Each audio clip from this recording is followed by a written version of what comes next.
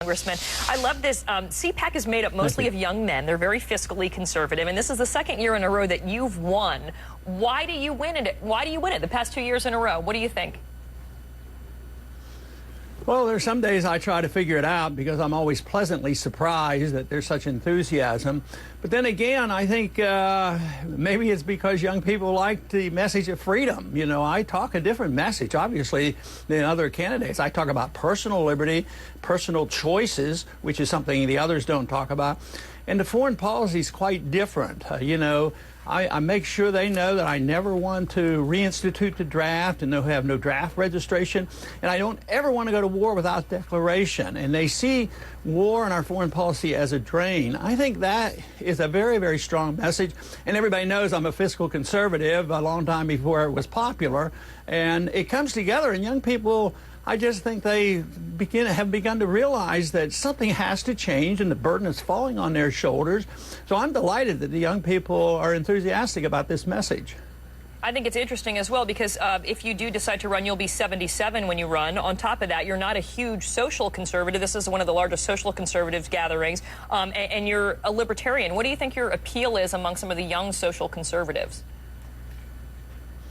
Well, I don't know where you got the idea that I'm not a social conservative. Well, I mean, it's not the, well, when you gave your speech, I mean, you talked a lot about, about going to war and our foreign policy and making sure that we're not, I mean, there wasn't a lot of talk about gay marriage and whether or not that's going to be a huge issue for you come 2012, gun rights, etc. Yeah, what I talk about is freedom and let people make their own choices. And I make the point that in our socialized and our religious lives in the First Amendment, you get to make your own choices, and therefore we should be tolerant of others.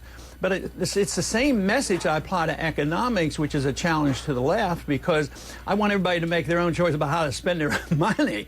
And it makes a lot of sense and it comes together. But I'm strong right to life, and I happen to have been married for 53 years. So, it's hard to say that I'm not a social conservative. Freedom to make your own decisions and right to life don't always go together, though. Excuse me again? I said freedom to make your own decisions, as you talk about giving people the ability to make their own decisions, and the right to life movement don't always go together.